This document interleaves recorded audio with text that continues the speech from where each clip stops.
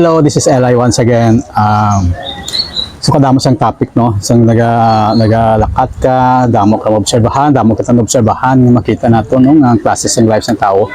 Miyara ang manggaranon, matama ka manggaranon, miyara nga middle class, miyara nga pigado, miyagit nga pigado. Poorest of the poor. Okay na rich of the richest, no. So ano bala no, lang taon naton bala ano balang sometimes yung napanubna naton bala do hindi balanse no, hindi balanseng kalibutan, hindi balanseng distribution sang wealth, hindi balanse distribution sang sacrifices. So kisa damo ga pamangkot nga na balang gin natutulog ba ang Diyos, napabayaan sila bala or ano balang wala sa ila nga ara sa iban, wala sa ila. So kung lang taon nato no, kung start na to no from the very beginning no, kita bali gintuga kita nga everything is equal gina, everything is equal, but depende kung paano naton use ang mga ginpaulan sang Dios sa aton, especially ang aton nga talent, time and treasure. Isa ginpaulan mina sa aton mga past generation. So go and go generation by generation. Sometimes iba naman niya sa generation by generation nag-grow. Iba naman niya sa ilang generation manggaranon sila nagagubog, nagapigado. May iba naman nga pigado, nagamanggaranon, matamat, nagamanggaranon. Nga bala mo sila nagapatabo. Do you think dapat natong basulon ng Diyos? Dapat natong basulon ang kung sino mada sa tao sa palibot naton? So it's really a matter of choice. Kung paano mo ka maging determine kung paano ka get out kung anong arasay mo dala. Because sometimes hindi man naton question kung ano bala, no? Ano balang gusto sang Ginoo para sa aton nga kabuhi. Kita mismo, biskan ikaw mismo, magtubang sa espeho, hindi ka kabalo kung sino ka. Bala mo ikaw kung sino ngalan mo, bala mo kung din ka natawo, sino nanay, sino ginikanan ko, hindi ka kabalo kung sino ka gid mismo.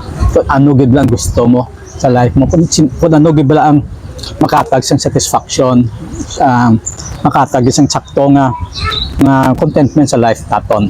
Kaya kung kita lang no na everything is contented na kung ano kita, so hindi ka na, why ka nag-struggle, why ka nag-bigra something, because contento ka na kung ano sina. So ibang question no, nga bala nga ang distribution of wealth hindi bala fair, nga bala may manggaranon, nga may pigado. Kung saan na taon nato obserbahan naton ang attitude, at least attitude na lang, obserbahan naton attitude sang manggaranon, attitude sang pigado. So makita nato nga may diferensya gid siya.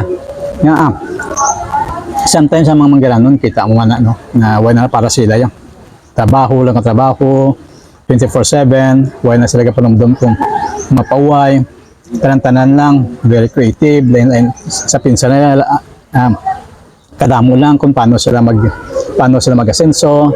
Ginamba ko na mga legal mga legit nga nagmanggaranon, hindi ka nagmanggaranon tungod sang anomalya, tungod sang pangawat, tungod sang mga illegal nga mga buhaton. Ginambal ko na yung ang manggaranon tungod sang grasya pag blessing sang Ginoo. Kagang pigado naman ginahambal ko naman nga aming mga pigado. Kasi sometimes makita mo pigado na gid sugal pa, pigado na gid why pagapangita trabaho, pigado na gid kung ano makita nila sa nang adlaw, iinom nila, para makita nila sa nang adlaw, isugal pa nila. So ang bottom line sa nila is disiplina. Ang mga problema naton, especially sa Pilipinas, disiplina. Kulang kita sa disiplina. Even ako, sometimes kulang ako sa disiplina. So, ang disiplina, hindi na tawag nga mapos, madikta mo na, pambal mo na. Ang disiplina, nagiging habit na. Ang disiplina, i-practice mo na, magiging perfect na practice mo sa day-to-day nga gina-change mo. Because ang disiplina, kung ano ka, disiplina mo, kagalingon mo, to become something, you might be. So, diri sa ato, no, tanan may tsansa nga magumwag ka. Kung hindi ka magmagaranon, git super magaranon, git because sometimes may purpose man nga nagmagaranon ng isa katao, may purpose man nga naging tycoon siya because siya kabalo sa mag-handle sang wealth.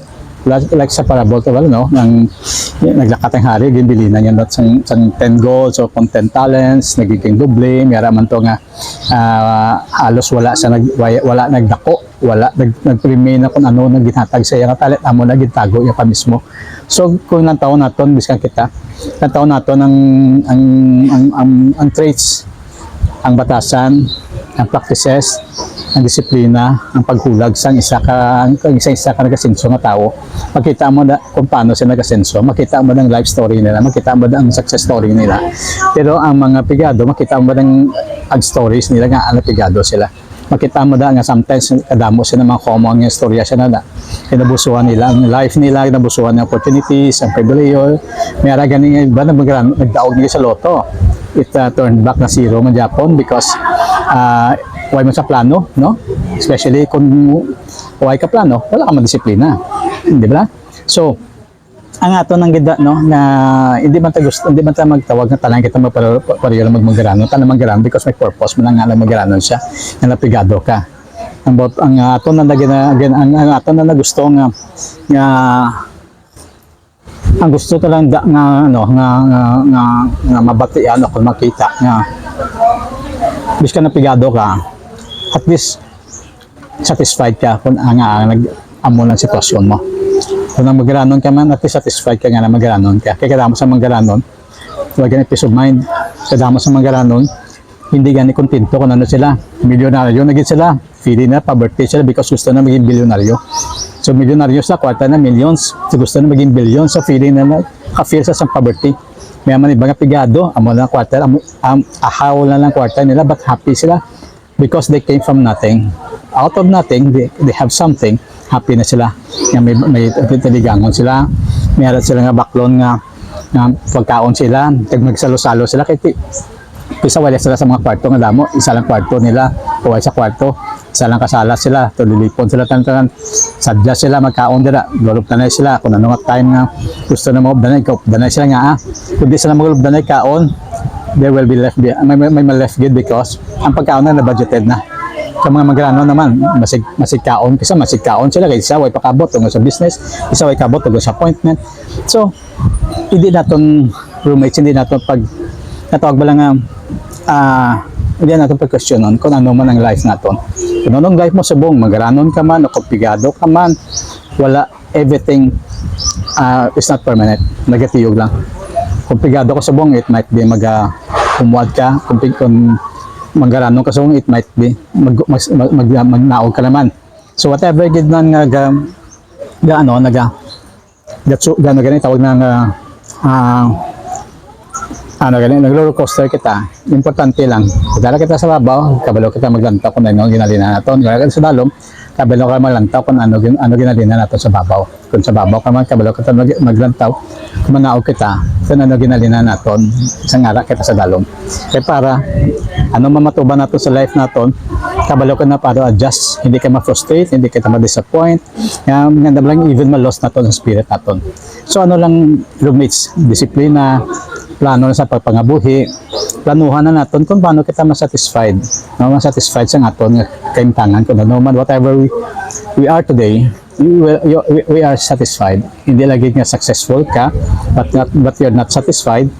Biskan sa gaman ng bagay, importante satisfied ka. At the end of the day, makatulog ka mayo, you have the peace of mind, makapaway ka mayo, way ka sa magiging panumdom, anong tanan kung kadako sa imong magaranon, dako sa imong property, hindi ka katulog tungod laga worry ka, no? That ultimately go down. So importante lang gid na always aton nga kung anong sitwasyon naton, just leave it up to the Lord. It's the Lord to put things in place. It is the Lord who will continue what you have started, and what you have started, what you have continued, you have to continue it with the Lord, because as long as you continue with the Lord, may kalalagyan ka sa sakto. So magranon ka man, bring the Lord to you, your richness, so that all your richness will have a purpose for the Lord, no? Kaya sometimes magranon ka, may purpose na nga amin magranon ka, hindi lang tungod i-hoard mo kwarta mo, tungod i-mo lang kwarta mo, ginatagin ito lang minasin mo para i-distribute mo. Add God to your life, minus your fear, multiply your good deeds, and divide your blessing. Diba? Diba? Add God into your life minus your fears, no? Baluin na sang faith. Multiply your good deeds, mayo mga aksyon, mayo mga inubrahan, and divide your blessing. So, mula na, no? Importante lang da, kung ano ka subong, middle class ka man, upper class ka, lower class ka, always give thanks to the Lord that you are alive, that you have experienced all these things. No, because wala sang bagay nga permanente. It might be tomorrow, ala ka na sa babaw. It might be tomorrow, ala ka sa dalom. So whatever you are, in what place you are going, always bring the Lord to you so that you will not be desperate. Hindi ka maglok, hindi ka makulbaan, kag hindi ka magtalang-talang. Again, this is Eli from the restroom. To God be the glory. God bless.